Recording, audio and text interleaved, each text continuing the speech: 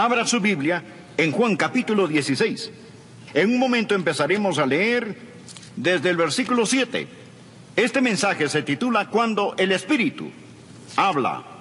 Hay cosas que usted nunca aprenderá en la escuela, cosas que nunca las resolverá intelectualmente, cosas que nunca las conocerá, hasta que usted deje su orgullo intelectual en el polvo y permita que Dios, el Espíritu Santo, le hable acerca de estas tres extraordinarias verdades. Amigos, la verdad es muy importante.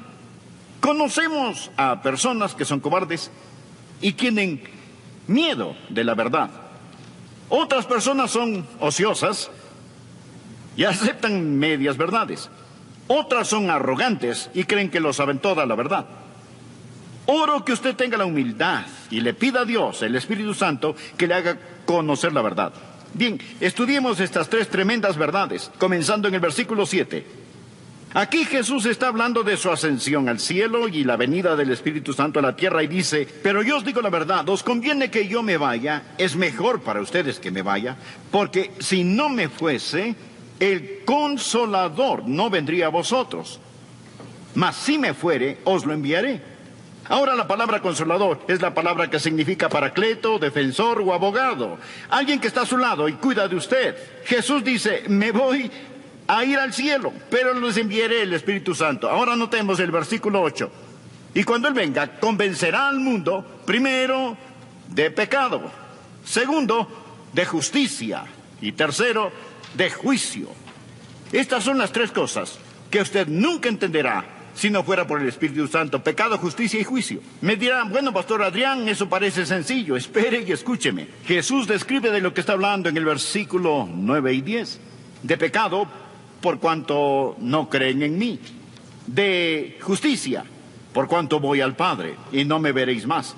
Y de juicio, por cuanto el príncipe de este mundo ha sido ya juzgado. Deseo que aprendamos estas tres cosas hoy. Y oro para que Dios me dé la mente y el lenguaje de Cristo. Oro para que Dios abra su corazón. Oro para que el Santo Espíritu de Dios le hable hoy y le ayude a entender estas cosas, porque yo solo puedo enunciar palabras, pero únicamente el Espíritu Santo de Dios puede escribirlas en su corazón. ¿Cuáles son estas tres maravillosas verdades que aprenderá cuando el Espíritu Santo le hable? Número 1, es la verdad acerca del problema básico del pecador. La verdad acerca del problema básico del pecador. ¿Cuál es el problema básico del pecador? De nuevo, el versículo 9, de pecado, por cuanto no creen en mí. ¿Cuál es el problema básico del hombre? Bien, en primer lugar, un hombre es pecador por lo que es. Nace pecador. Anote en su margen Efesios 2, versículo 3. Y éramos por naturaleza hijos de ira. El ser humano nace con una naturaleza pecaminosa, viene al mundo con una naturaleza de pecado, por lo tanto, a menos que haya un cambio, está perdido, porque tiene una naturaleza propensa al pecado. Segundo, el hombre es pecador por lo que ha hecho. En Romanos 3:23 leemos: por cuanto todos pecaron y están destituidos de la gloria de Dios.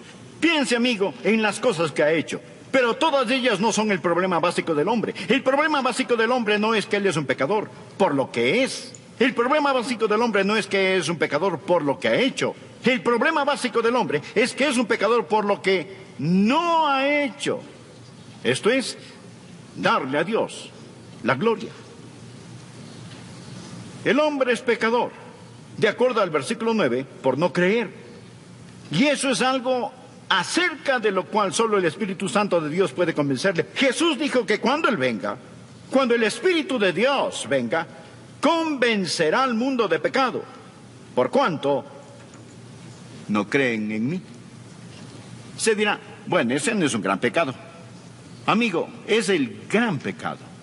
Es el pecado padre, el pecado madre, es el pecado de pecados. El mayor pecado es no creer. Ahora, me dirá: pero eso no es tan malo. El asesinato es peor que eso. La violación es peor que eso. Dios dice que la incredulidad es el peor pecado. Y podrá refutar: no estoy de acuerdo. No espero que esté, a menos que el Espíritu Santo de Dios se lo enseñe. Cuando el Espíritu Santo de Dios le enseñe, usted entenderá que el Espíritu Santo viene a ayudarle a comprender por qué no creer es el gran pecado. Pareciera no ser tan grande, más digamos que aquí existe una montaña de basura. Y junto a esta está una cucharadita de un veneno mortal. Ahora, la basura es más grande, pero la cucharadita es veneno mortal. El pecado más grande es la incredulidad. Este corona a todos. Es la prueba de la maldad del hombre y es el pecado que lo condenará para siempre. La incredulidad. Y si aún dice no estoy de acuerdo, piense conmigo por un momento. Oro que el Espíritu Santo de Dios le enseñe mientras hablo, que usted puede entender lo que es este gran pecado y por el que pagará el mayor precio. De hecho, este gran pecado no es cometido frecuentemente en una casa de prostitución, no se comete en los bares, se lo comete en las iglesias donde el evangelio es predicado. Alguien dirá, bien, sí, debo admitirlo, he mentido. Sí, he copiado respuestas en el colegio. A veces he perdido mi temperamento o he leído revistas pornográficas. Pero, pastor, ¿me está diciendo que Dios me enviará al infierno por siempre, jamás? Amén. ¿Solo por eso? Quiero decir, eso sería como condenar a un hombre a cadena perpetua solo porque robó un pedazo de pan. El castigo no está de acuerdo a la falta. Después de todo, no es Dios justo. Amigo, este es el punto. Dios no dejará que usted vaya al infierno porque robó un pedazo de pan, sino porque apuntó hacia él el revólver de la incredulidad y apretó el gatillo. ¿Qué es la incredulidad? Es maldad, consumada maldad. Incredulidad es en rechazar al Dios Todopoderoso. Es decirle a Dios, Dios, tú sigue por tu camino, yo seguiré el mío. Es mi vida, no te la confiaré, no te la daré, me pertenezco a mí mismo. ¿Lo ve? La incredulidad es el pecado principal. Es el pecado de donde proliferan todos los demás pecados. ¿Por qué Adán y Eva pecaron en el huerto del Edén? Básicamente fue por incredulidad. ¿Por qué un hombre miente? Incredulidad. No confía en Dios que le puede sacar del problema en que está. Solo el Espíritu Santo de Dios puede convencerle que no hay otro pecado mayor que la incredulidad. Esta dice, Dios, no eres digno de mi fe, no eres digno de mi confianza, no eres digno de mi amor, no te quiero en mi vida. Bueno, Adrián, no puedo evitarlo. No soy supersticioso, ni religioso, ni puedo evitar si no puedo creer. Amigo, es ahí donde está equivocado. Está equivocado. El Santo Espíritu de Dios lo capacitará para que crea. Esa es la razón por la que la Biblia dice en Hebreos 3:12, mirad, hermanos, que no hay en ninguno de vosotros corazón malo, de incredulidad. La incredulidad no sale de la cabeza, sale del corazón. Es una predisposición contra el Todopoderoso Dios. Es el no confiar en el Dios que le ama. Ahora, yo puedo predicar eso, pero uno de estos días usted entenderá que el mayor pecado, el pecado padre, el pecado madre, el pecado de pecados, el que corona todo, es rechazar a Cristo como su Señor y Salvador personal. Él sufrió, sangró y murió por usted. Él extendió su mano, envió al Santo Espíritu de Dios para que lo convenciera, envió su palabra. Lo tiene escuchando este mensaje y usted rehúsa creer en él. Un jurado puede declararle culpable. Su conciencia le culpa de errores, pero solo el Espíritu Santo de Dios lo convencerá verdaderamente de su pecado. Sí, el hombre es el pecador por lo que es. Sí, es pecador por lo que ha hecho. Pero el mayor pecado, el pecado de pecados, el pecado padre, el pecado madre, el gran pecado, el pecado condenatorio, es el pecado de la incredulidad. Permítame compartir lo que el Señor Jesucristo dijo. Deseo que por favor anote Juan 3. El que cree en Él, ¿en quién? En Jesús, no es condenado. Pero el que no cree ya ha sido condenado. ¿Por qué? Él no ha creído. No porque ha dicho una mentira, ni haya robado, ni haya cometido adulterio. El precio por esos pecados ya fue pagado, ya ha sido condenado porque no ha creído en el nombre del unigénito Hijo de Dios. El que cree no es condenado. Usted viene con fe y deposita esa fe en el Señor Jesucristo. Y ahora, pues ninguna condenación hay para los que están en Cristo Jesús. Rechace al Señor Jesucristo y usted está condenado porque no ha creído. Usted ha rechazado a Cristo. Ese es el mayor pecado. Y con este conlleva el castigo más grande. Ahora, aquí está la segunda verdad que no entenderá sino hasta cuando el Santo Espíritu de Dios le enseñe. No solo la verdad acerca del problema básico del hombre, la incredulidad, sino dos, la verdad de la provisión abundante del Salvador. ¿Cuál es la verdad acerca de la provisión abundante del Salvador? Que el Espíritu Santo ha venido. Cuando Él habla de justicia. Jesús dijo, por cuanto voy al Padre, y no me veréis más. ¿Cuál es la provisión abundante del Salvador? Se dirá, Él vino a sanar. No, Él vino a enseñar. No primordialmente. Vino para ayudar a los pobres. No, Él vino a buscar y a salvar lo que se había perdido. El Señor Jesús vino como Salvador. Vino a proveer justicia. Vino a proveer justicia. Nacido de una virgen, vivió una vida sin pecado y tomó mi pecado y su pecado sobre sí mismo.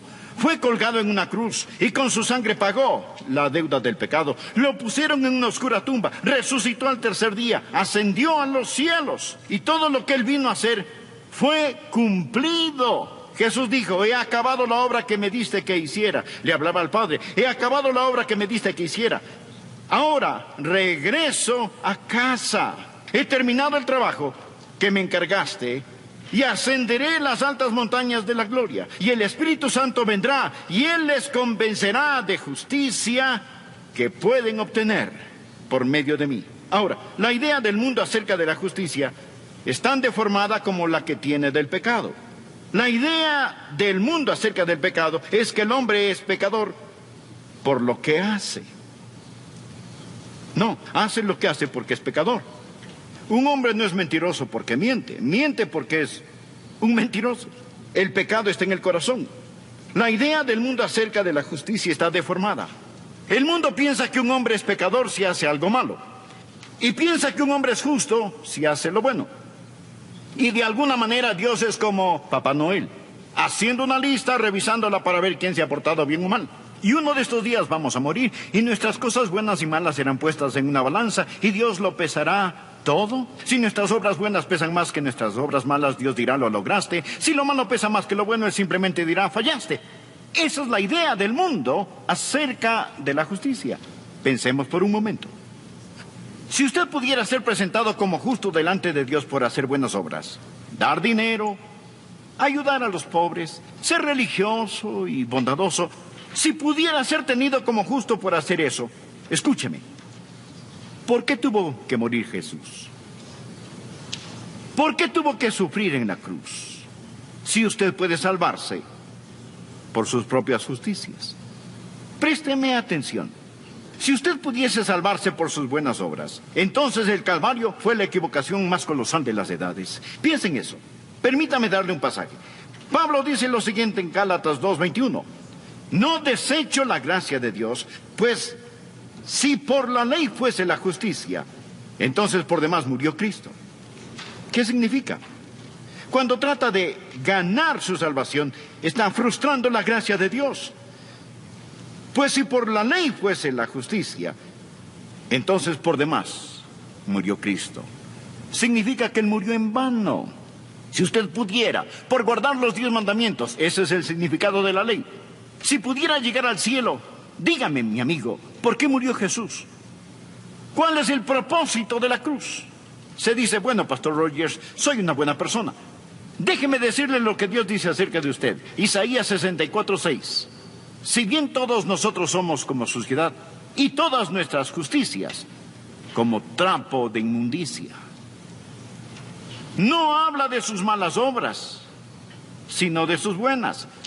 Ante Dios son como trapos de inmundicia. Estos eran los vendajes de los leprosos. Nuestras justicias son como trapos de inmundicia. Solo el Espíritu Santo de Dios puede enseñarle eso. Verá, usted puede cometer un mortal error al depender de su autojustificación. Ahora, cuando usted cree en el Señor Jesucristo, ¿qué es lo que Él hace? Cuando cree en Él, primero, cambia lo que usted es. En el momento en que usted cree en Él. Recuerde, un hombre es pecador por lo que es. Jesús cambia lo que es. Los creyentes no son solo buenas personas, sino nuevas criaturas. De modo que si alguno está en Cristo, nueva criatura es. Dios le da una nueva naturaleza. De joven recibí a Cristo. Y Dios puso una nueva naturaleza en mi corazón. Tan nueva era esta que mis profesores se preguntaban, ¿qué pasó con Adrian Rogers?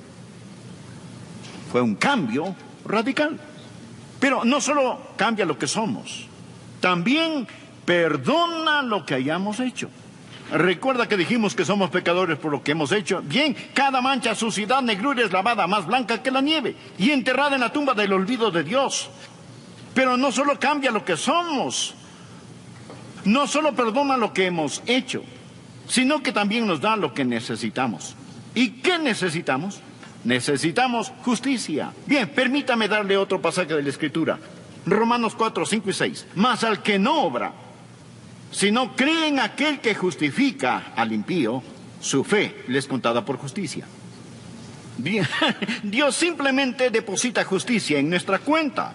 Como también David habla de la bienaventuranza del hombre, a quien Dios atribuye justicia sin obras. Ya no usamos esa palabra mucho. Atribuir significa poner a nuestra cuenta. La próxima vez que compre algo, no le diga al cajero, cárgalo a mi cuenta. Dígale, atribúyalo a mi cuenta. Escuchen lo que Dios dice en las Escrituras. Mas al que no obra, si no cree en aquel que justifica al impío, su fe le es contada por justicia. Como también David habla de la bienaventuranza del hombre a quien Dios atribuye justicia sin obras. Dios pone esa justicia en su cuenta. ¿Cuán glorioso es esto? Sí dice, pero no entiendo. Por eso oro para que el Espíritu Santo abra su corazón hoy. Cuando el Espíritu de Dios venga, le convencerá de justicia. La única justicia que usted podrá obtener a través de Cristo. Muchos no entienden esto. Van, se sientan en las iglesias pensando que lo que hacen es un favor a Dios por estar allí. Y no comprenden que necesitan nacer 2 veces. De nuevo pregunto, si la justificación viene por la ley, entonces, ¿por qué Jesús murió? El Santo Espíritu de Dios vino para enseñarnos que el problema básico del hombre es el pecado. El Santo Espíritu de Dios ha venido para enseñarnos que Cristo, el Salvador, es la provisión divina y que en Él tenemos justificación. La tercera verdad que usted nunca entenderá sin la ayuda del Espíritu Santo es la verdad acerca del poder destruido de Satanás. La verdad acerca del poder destruido de Satanás. Jesús dijo que Él vendrá para enseñarnos acerca del pecado, la justicia y el juicio. Y describe el juicio en Juan 16:11. Dice, y de juicio por cuanto el príncipe de este mundo ha sido ya juzgado. Note el tiempo gramatical aquí. No dice que el príncipe de este mundo, que es Satanás, será juzgado. No, Satanás ya ha sido juzgado. Usted necesita entender esto, porque algunos piensan que aún estamos esperando saber el resultado final. No, cuando Jesús enfrentó la cruz, esto es lo que dijo en Juan 12, versículo 31. Ahora es el juicio de este mundo. Ahora, el príncipe de este mundo será echado afuera. No cuando Jesús regrese 2000 años después, sino ahora es el juicio de este mundo. Amigo, cuando Jesús murió en la cruz, el hombre hacía las cosas más malévolas que pueda hacer, mas Dios ganaba la mayor victoria. Cuando Cristo inclinó su cabeza y expiró, el reino de Satanás fue destruido. La espalda de Satanás fue rota. Se dictó sentencia. Es un criminal condenado. El juicio concluyó. Él gobierna un reino condenado. Navega en un barco que se hunde. Satanás está arruinado. Arruinado. Devastado. El príncipe de este mundo ya ha sido juzgado. Esa es la estupidez de la adoración satánica. ¿Por qué seguir a un perdedor? Ahora, el infierno fue preparado para el diablo y sus ángeles. Dios no hizo el infierno para usted. Mas le diré algo. Todo el que me escucha este momento, o cree en el Señor Jesucristo o no cree en Él, todos aquellos que creen en Jesucristo, un día serán como Jesús. De eso se trata la fe cristiana, llegar a ser como Jesús. Eso es lo que Dios hace. Dios quiere hacer a la gente como Jesús, que sean hechos conforme a la imagen de su Hijo. De eso se trata. Usted escucha a un hombre que un día será hecho a la imagen de Jesucristo. Pero permítame añadir, si usted falla en recibir al Señor Jesucristo, si se niega a creer en Él y más bien confía en su propia justicia, usted se está moviendo en dirección opuesta. Y uno de estos días usted será la perfecta réplica de Satanás. Usted será como Él. Será transformado a la imagen de Satanás y usted se irá al infierno preparado para el diablo y sus seguidores. Ese es un pensamiento aterrador. Permítame hacerle una pregunta. Cuando llegue a donde se dirige, ¿cómo estará? Todos nos dirigimos a algún lugar. Cada persona va hacia algún lugar. Existen aquellos que han creído en el Señor Jesucristo, que han recibido su justicia y un día serán como Él. Pero si usted no lo ha hecho, le puedo asegurar que un juicio le espera. Amigo, si no es un creyente, ponga su mano sobre su pecho y siente el latido de su corazón. Eso es todo lo que existe entre usted y el infierno. Es todo. Un latido de su corazón. Pero si usted ha entregado su corazón a Jesús, si confía en el Señor Jesucristo, si usted ha dicho, mi problema básico es que no he confiado en Él, pero ahora confío en Él, Dios le dirá, te daré provisión abundante, te daré justicia. Por lo tanto, para ti no habrá condenación. Usted ya no pertenece a esa tribu que sigue a Satanás. Usted ha nacido 2 veces. Ha nacido de lo alto y va rumbo al cielo. Arrodillado hoy oré para que Dios le ayude a entender esto. Porque todo lo que yo puedo hacer es predicar. Es el Santo Espíritu de Dios que le dirá a usted la verdad acerca del pecado, la justicia y el juicio. Lo hará por medio de mis palabras, pero lo enseñará si usted abre su corazón. Deje su orgullo en el polvo, por favor, y dígale, oh Dios, habla. Estamos estudiando la epístola de Santiago, que es eminentemente práctica. Hasta podríamos decir que es religión en ropa de trabajo. Y hoy quiero hablar de la anatomía del pecado. Así que veamos Santiago 1 desde el versículo 13. Cuando alguno es tentado, no diga que es tentado de parte de Dios, porque Dios no puede ser tentado por el mal, ni Él tienta a nadie, sino que cada uno es tentado cuando de su propia concupiscencia es atraído y seducido. Entonces la concupiscencia, después que ha concebido, da a luz al pecado. Y el pecado, siendo consumado, da a luz la muerte. En esta epístola de Santiago, la palabra tentación es usada con 2 significados. Algunas tentaciones son en realidad pruebas, no son cosas específicas para inducirnos a hacer lo malo, sino que son simplemente circunstancias que la vida pone frente a nosotros. Estas circunstancias son enviadas por Dios a fin de hacernos firmes y fuertes y para que maduremos. Pero las tentaciones que nos presenta Satanás son generalmente para que hagamos el mal, para que pequemos, para que caigamos. No son para fortificarnos, sino para debilitarnos y finalmente destruirnos. Y es mejor que usted esté listo porque el diablo tiene planes definitivos para sabotear su vida. Él ya ha acabado el pozo en el cual tratará de que usted caiga. Y usted será bombardeado con increíbles tentaciones en cada área de su vida. Por eso es importante que usted aprenda para no sucumbir, para que no sea atrapado en las redes de las tentaciones de Satanás. Y quiero que note 3 cosas importantes. Primera, una posibilidad definitiva. Segunda, una imposibilidad divina. Y tercero, una responsabilidad directa. Bien, primero, una posibilidad definitiva. Verso 13. Cuando alguno es tentado, no diga que es tentado de parte de Dios. Note que no dice, si es que alguno es tentado. Dice, cuando alguno es tentado, porque usted será tentado. Y alguien dirá, no, yo soy un cristiano. ¿Y qué? Jesús fue tentado en todo, como nosotros. Y usted no es inmune a la tentación solo porque es cristiano. Por el contrario, se aumentarán, no disminuirán las tentaciones. Muchos piensan que si son cristianos, especialmente buenos cristianos, no tendrán ninguna tentación. Escuche, si Jesús mismo fue tentado, ¿quién es usted para que no lo sea? Todos sufrimos y sufriremos tentaciones. El momento en que usted es amigo de Dios, automáticamente se transforma en enemigo del diablo. Y cuando usted abre las ventanas de los cielos para recibir las bendiciones de Dios, el diablo abre las puertas del infierno para maldecirle. Esto es algo que necesitamos aprender lo más rápidamente posible.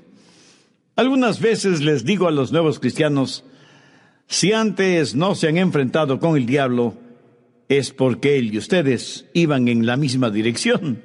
Pero cuando dieron media vuelta, inevitablemente chocarán con el diablo. Tendrán una verdadera colisión con él. Hubo un hombre que trabajaba para un jefe malo, cruel. El trabajador era cristiano, el jefe no lo era. Y aunque el cristiano no tenía mucha educación, le contaba a su jefe que el diablo estaba tras sus huellas y que estaba teniendo problemas con la tentación. Un día los dos se fueron de cacería y el jefe le dijo, Juan, eres bastante extraño. Dices que eres cristiano y sin embargo siempre estás hablando de que luchas con la tentación y de que el diablo te persigue. Yo no soy un cristiano ni pretendo serlo. Y sin embargo el diablo nunca me molesta. ¿Cómo puedes explicar esto? Y Juan le contestó, jefe, suponga que cazamos 2 patos.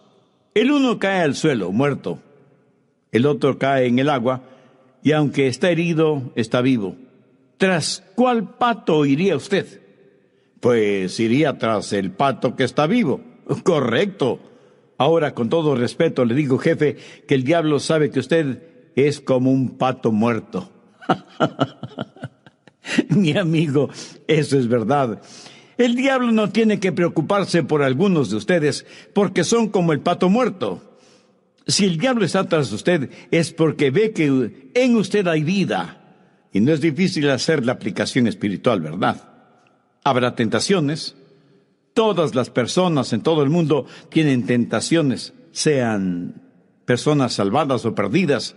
Pero si usted es un hijo o una hija de Dios, aunque la tentación sea fuerte, más fuerte será el poder que Dios le dará para vencer la tentación y para que salga victorioso. Pero un momento, no se enorgullezca. Nunca piense que llegará un momento cuando ya no será tentado. Esa manera de pensar es ridícula.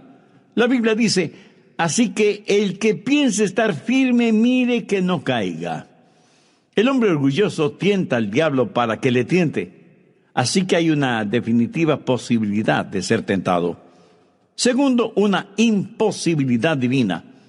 Cuando alguno es tentado, no diga que es tentado de parte de Dios, porque Dios no puede ser tentado por el mal, ni Él tienta a nadie. Dios no tienta a nadie para que haga el mal, porque Él mismo no puede ser tentado por el mal. Por lo tanto, es absolutamente imposible para Dios el tentar a nadie. Por naturaleza, el hombre quiere culpar a Dios por su pecado, pero mucho de lo que llamamos disculpas o excusas por nuestro pecado es realmente nuestro deseo de culpar a Dios por nuestro fracaso. Ahora, de lo que yo sé, nadie abiertamente ha dicho, Dios me hizo pecar. Pero aunque no lo decimos verbalmente, lo pensamos, y hemos aprendido a disfrazar eso diciendo que Dios nos ha tentado con esto o con aquello. ¿Qué es lo que pasó en el jardín del Edén?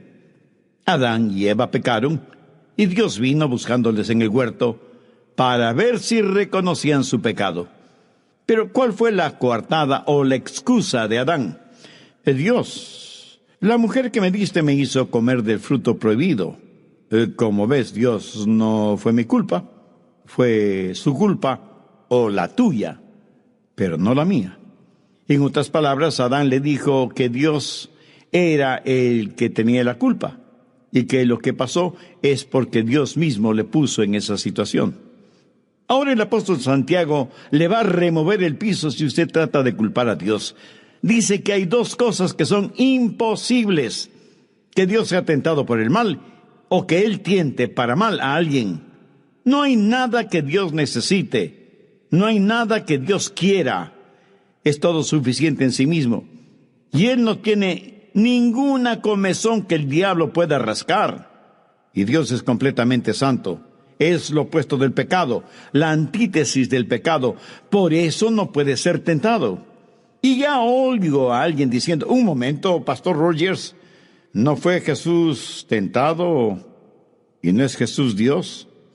Ciertísimamente. Pero recuerde que Jesús no solo fue Dios, sino también hombre. Jesús fue tentado en su humanidad, no en su divinidad. Y venció a Satanás ejercitando su poder divino como hombre, usando el poder de la palabra de Dios. Por eso dijo: escrito está. Si usted dijera que Dios le ha tentado, tendría la perfecta coartada, la excusa perfecta, porque nadie puede pelear contra Dios. Es decir, todo lo que Dios hace lo hace bien. Si Dios le pone en una situación que está más allá de su control, usted estaría justificado en culpar a Dios. Pero sabe que aún en nuestros días estamos presentando excusas. Y aunque creo ya no lo decimos, la mujer que me diste, decimos el medio ambiente en que me pusiste, las glándulas que heredé, los padres que me diste, la forma en que fui criado y así por el estilo. Esa es la psicología moderna. El hombre no es malo, solo está enfermo. No es su culpa lo que hace, es algo que le sucede fortuitamente. ¿Se da cuenta? Nos hemos vuelto muy hábiles inventando coartadas y excusas. Le preguntaron a un hombre: ¿por qué bebe tanto? Y respondió: bebo porque mi mujer solo se pasa fastidiándome todo el día, criticándome todo el día. Así que bebo para escapar de mi mujer rencillosa. Y le preguntaron a la mujer: ¿por qué le critica y le regaña durante todo el día? Y ella contestó: porque lo único que hace es beber todo el día. Cada persona parece que tiene una coartada, una excusa para justificar lo negativo que hace. Nos hace falta valentía, por lo menos moral, para aceptar las consecuencias de nuestros errores. Tercero, una responsabilidad directa. Santiago, bajo la inspiración del Espíritu Santo, pone la responsabilidad del pecado directamente a donde pertenece. Veamos los versos 14 y 15. Sino que cada uno es tentado cuando de su propia concupiscencia es atraído y seducido. Entonces la concupiscencia, después de haber concebido, da a luz el pecado. Y el pecado, siendo consumado, da a luz la muerte. Amados hermanos míos, no erréis. El pecado es un trabajo interior, interno, algo que sucede primordialmente dentro de nosotros. Ni siquiera podemos decir: el diablo me hizo hacerlo, porque lo que hacemos, lo hacemos nosotros mismos. Santiago habla de seducción. Un hombre inmoral puede seducir a una mujer, o una mujer inmoral puede seducir a un hombre. Pero no está hablando únicamente acerca de pecado sexual. No está hablando solo de adulterio, fornicación o inmoralidad. Pero usa esos pecados como ilustración para toda clase de pecados. Porque, reconozcámoslo, hay algo seductor acerca del pecado. Y quiero que note lo que el apóstol dice sobre la anatomía del pecado para que esté atento al anzuelo del pecado. En el verso 13, Santiago dice: cuando alguno es tentado, no diga que es tentado de parte de Dios, porque Dios no puede ser tentado por el mal, ni Él tienta a nadie, sino que cada uno es tentado cuando de su propia concupiscencia es atraído y seducido. La palabra atraído era una palabra común entre los pescadores en referencia a los anzuelos y carnadas que usaban para atraer a los peces. El pescador debe saber lo que les gusta a los peces, y eso es precisamente lo que él pondrá en el anzuelo para atraerlos o seducirlos. Santiago dice que cada uno es tentado por su propia concupiscencia. ¿Sabe usted cómo un hombre conquista a una mujer o una mujer conquista a un hombre? Exactamente como un pescador atrapa peces, poniendo la carnada correcta en el anzuelo. ¿Sabe usted que el diablo siempre tiene listo un anzuelo con la carnada que a usted le gusta? En otras palabras, él le tentará con lo que a usted le gusta. Piénselo. Satanás incluso se atrevió a tentar a Jesús. Y le tentó por 3 veces y en 3 diferentes formas. ¿Qué es lo que el diablo estaba haciendo? Pues pescando. Gracias a Dios que Jesús no mordió el anzuelo. Note que primero hay un período de enamoramiento. El diablo se acerca a nuestro lado y nos corteja y como que nos hipnotiza con algún pecado. Lo pone justo delante de nuestros ojos. O puede ser lujuria, orgullo, una deshonestidad, una venganza o un sinnúmero de otras cosas. Es la forma que tiene el diablo para cortejarnos. En segundo lugar está el consentimiento, cuando usted es atraído y seducido. En otras palabras, cuando usted es atrapado. Verá, no es pecado mientras la carnada está en el anzuelo, aunque usted la vea. Pero mientras es cierto que usted no puede evitar que los buitres vuelen sobre su cabeza, sí puede evitar que hagan su nido en su pelo. ¿Lo comprende? Usted no puede evitar que el diablo ponga tentaciones frente a usted, pero cuando usted la acepta, se efectúa un matrimonio nada santo. Por el un extremo del pasillo viene su concupiscencia, o sea, un deseo malsano, impuro, depravado, y por el otro extremo del pasillo viene la voluntad.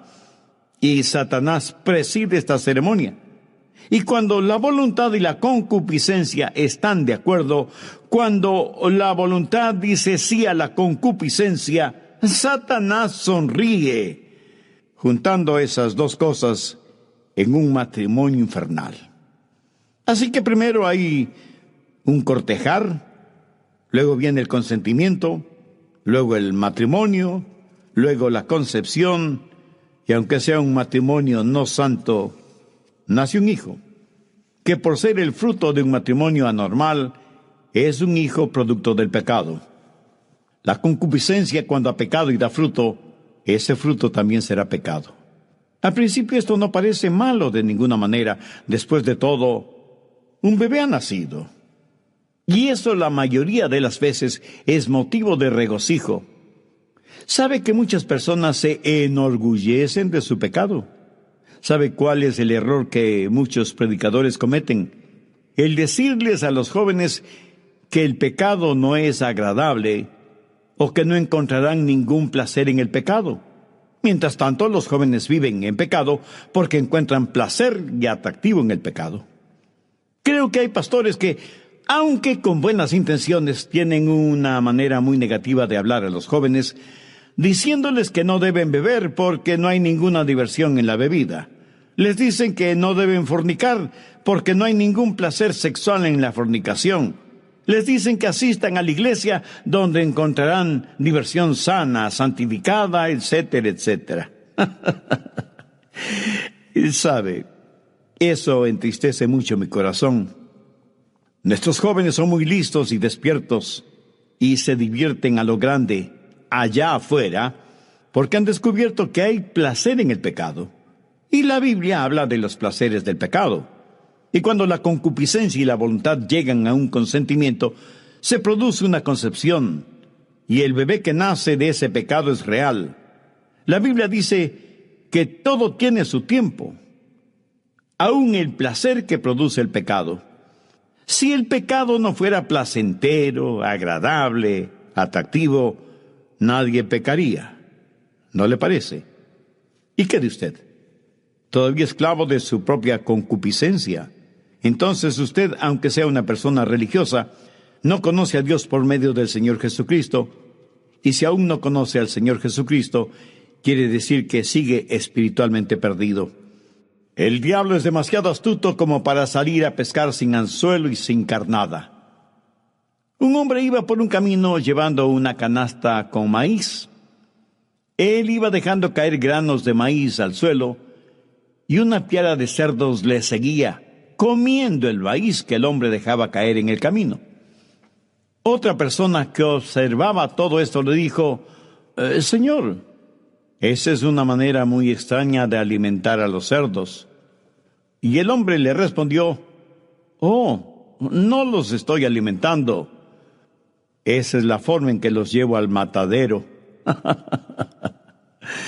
Verá, el diablo tiene una canasta llena de los placeres del pecado y va dejando caer ciertos placeres en el camino de su vida, y usted estará feliz sirviéndose esos placeres sin darse cuenta que está rumbo al matadero, o sea, al infierno. Pero quiero que vea algo más todavía. Quiero que vea cómo se completa todo, porque es precisamente lo que muchas veces dejamos de ver. Verso 15. Entonces la concupiscencia, después que ha concebido, da a luz el pecado, y el pecado, siendo consumado, da a luz la muerte. El círculo de la tentación se ha completado. La razón por la que muchas personas no tienen temor de pecar es porque no miran lo suficientemente hacia adelante. No ven a dónde termina el pecado. No ven el cuadro completo del pecado. Usted necesita ver el producto final. Un gran hombre de Dios solía decir: usted puede comer del maíz del diablo si quiere, pero él le ahogará con las tuzas. El pan del engaño es dulce, pero después se transforma en cascajo. Proverbios 23:31. No mires al vino cuando rojea, cuando resplandece su color en la copa. Se entra suavemente. ¿Ha notado que los más atractivos y profesionalmente bien hechos anuncios o propaganda son los de los licores y cigarrillos? Utilizan hermosos paisajes o preciosas flores para promocionar bebidas alcohólicas, o una fogata de un jinete solitario en la montaña para hablar de la compañía que significa un cigarrillo de tal o cual marca. Son comerciales poco menos que hipnotizadores. A los mercaderes de estos venenos no les importa gastar millones de dólares en estos anzuelos y carnadas, porque saben que con ellos usted será atrapado, y mientras más joven usted sea, mucho mejor, porque ellos quieren atraparle para toda la vida. Proverbios 23:32. Mas al fin como serpiente morderá, y como áspid dará dolor. No al comienzo, sino al final, cuando el pecado ha sido consumado. Ellos no quieren decir nada acerca del producto final o de la consecuencia del consumo de licores y de cigarrillos. Recuerdo que cuando era pastor de una pequeña iglesia, en el estacionamiento de la iglesia pusimos un anuncio grande contra el peligro de consumir una determinada marca de cerveza que era fabricada en esa ciudad. El anuncio era la foto de un hombre borracho, con una botella de cerveza en la mano, dormido junto a un tarro de basura, con moscas cubriéndole el rostro y un par de ratas alrededor de él.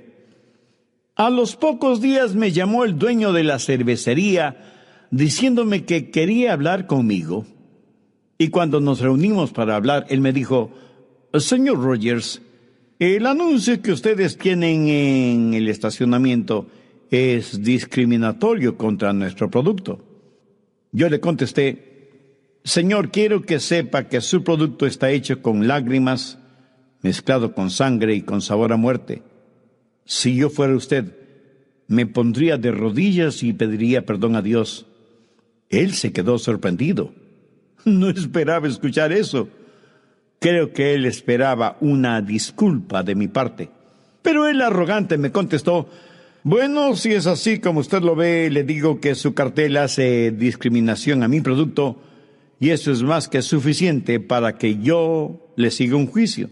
Y yo le dije: ¡magnífico! Yo haré publicar esta foto en el periódico. Usted constantemente está bombardeando a nuestros jóvenes, pintando un cuadro con maravillosos escenarios por medio de la radio, la televisión, el cine, las revistas, los periódicos y los enormes avisos en las carreteras, invitando especialmente a los jóvenes a consumir su producto.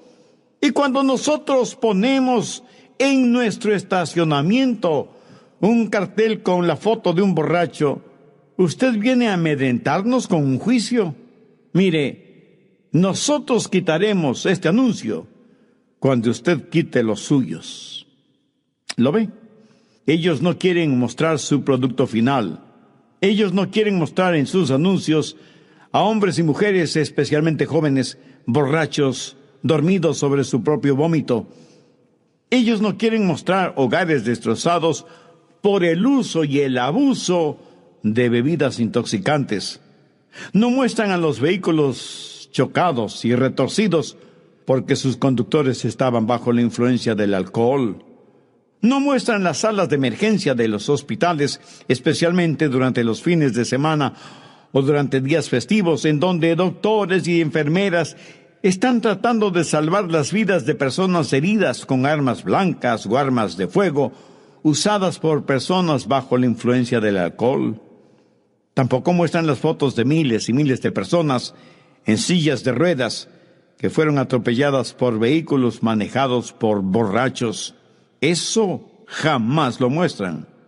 Lo que muestran es a gente joven, mujeres hermosas, hombres apuestos, unas veces elegantemente vestidos, en impresionantes salones de baile, otras veces en atractivos trajes de baño, en maravillosas playas o en lujosos yates. Ese es el anzuelo y la carnada que lanzan para atrapar a los incautos. El producto final es una obra de arte del diablo. Busque Proverbios 5:3. Porque los labios de la mujer extraña destilan miel, y su paladar es más blando que el aceite. Y aquí está hablando de una mujer inmoral, una prostituta. Es una mujer seductora. Es una obra maestra del diablo. Los labios de esta mujer son dulces como la miel. Saben decir suaves y seductoras palabras. Saben las respuestas filosóficas a por qué lo hace y que no es malo ni pecaminoso. Además, si todo el mundo lo hace, debe ser bueno, ¿verdad? ¿Cómo se puede rechazar algo así? Pero quiero que vea aquí el producto final, el trabajo de arte del diablo. Proverbios 5, versos 4 y 5. Mas su fin es amargo como el ajenjo, agudo como la espada de dos filos. Sus pies descienden a la muerte, sus pasos conducen al Seol. Seguramente hay muchos religiosos materialistas que me están escuchando ahora mismo y que no están pensando en emborracharse ni cometer ninguna inmoralidad, por lo cual se sienten muy orgullosos. Bueno, busque Jeremías 17:11. Recuerde que estamos hablando del producto final, y aquí Jeremías habla del materialismo. Como la perdiz que cubre lo que no puso, es el que injustamente amontona riquezas. En la mitad de sus días las dejará, y en su postrimería será insensato. Cuando un hombre se enriquece injustamente y parece que se goza de esa riqueza, la Biblia dice que morirá en la mitad de sus días y tendrá que dejarlo todo. Y en este caso es un hombre insensato. Y algunos dirán: bueno, pastor, yo no robo, soy un buen hombre de negocios. Escúcheme. Usted puede ser un sagaz hombre de negocios que no hace nada fuera de la ley, pero lo que hace es inmoral. Se aprovecha de las demás personas. Pero algunos no hacen eso, sino que son adictos al trabajo porque alguna vez escucharon que deben ganar todo el dinero que puedan, tanto y en cuanto lo hagan honestamente. Mi amigo, ese es un pésimo consejo. Nadie tiene el derecho de ganar todo el dinero que pueda, porque si está ocupado en ganar todo el dinero que pueda, no tendrá tiempo para nada más, no tendrá tiempo para orar, ni para ir a la iglesia, ni para testificar, ni para interesarse en la vida de su cónyuge o de sus hijos. Ha hecho del dinero su Dios. Y aunque no hay nada de malo en el dinero en sí mismo, es terrible cuando descubrimos que en vez de tener nosotros dinero, es el dinero el que nos tiene a nosotros. Mi amigo, si usted es un materialista, es mejor que vea el producto final. Es mejor que vea no solo el anzuelo, sino la carnada que está en el anzuelo. Todo lo que usted tiene lo dejará en la mitad de sus días, y en postrimería usted habrá sido un insensato. La Biblia nos lo dice una y otra vez. Hay camino que al hombre le parece derecho, pero su fin es camino de muerte. No mire las cosas por lo que son. Mire cuál es el fin de esas cosas. Hay una definitiva posibilidad de que usted sea tentado. Hay una definitiva imposibilidad. Dios no tienta a nadie.